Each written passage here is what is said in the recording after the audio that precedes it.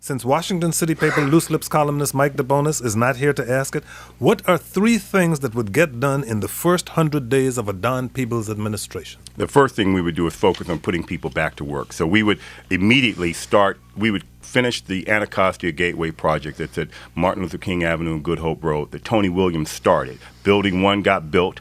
It was a partnership involving the Anacostia Economic Development Corporation. Adrian Fenty did not move forward with bringing the Department of Transportation to that project. So that project would get done. But also the NAACP, which was going to occupy the other building, decided it couldn't move, so it couldn't come here because they couldn't sell the property in Baltimore. There's always an excuse, but businesses always have problems. There are always curveballs. We'd figure it out. The reality is that that project would get awarded and it would be under construction. Secondly, I would focus on finishing up the development on Skyland. Third, I would get a deal completed, and underway in Fort Lincoln to get that project going as well. And then we would, at that point, I would bring in a deputy mayor for economic development who actually has participated in economic development. That's all about development. What about crime? What about public health? What would you do about those things? Our problems in this city are economic. It's the economic wall that divides us. If our residents are employed, then that reduces the burden on human services. It reduces our budget and gives us more resources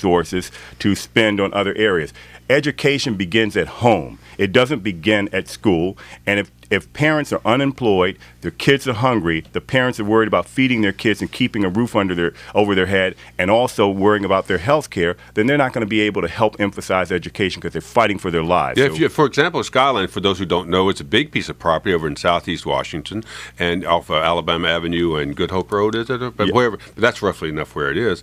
And if you were able to get that project moving, that would be hundreds, if not maybe thousands of jobs in the stores for the people who live over there who are desperate for jobs. Right. That's kind of what you're talking Thousands of jobs to create jobs. So that could be nice too. I don't always have to have a critical question. I can agree with you. Yeah, well, thank you. Look, and I would go to the leaders in Northern Virginia, and I would go to the leaders in suburban Maryland, and I would ask them to help us create jobs for D.C. residents, because right now there are 700,000 private sector jobs right here in Washington, D.C., but about 20% of them are held by D.C. residents. So we are providing over 500,000 private sector jobs for our region outside of our city. So it's about time that our region helps us. Our guest is Donahue Peebles. He's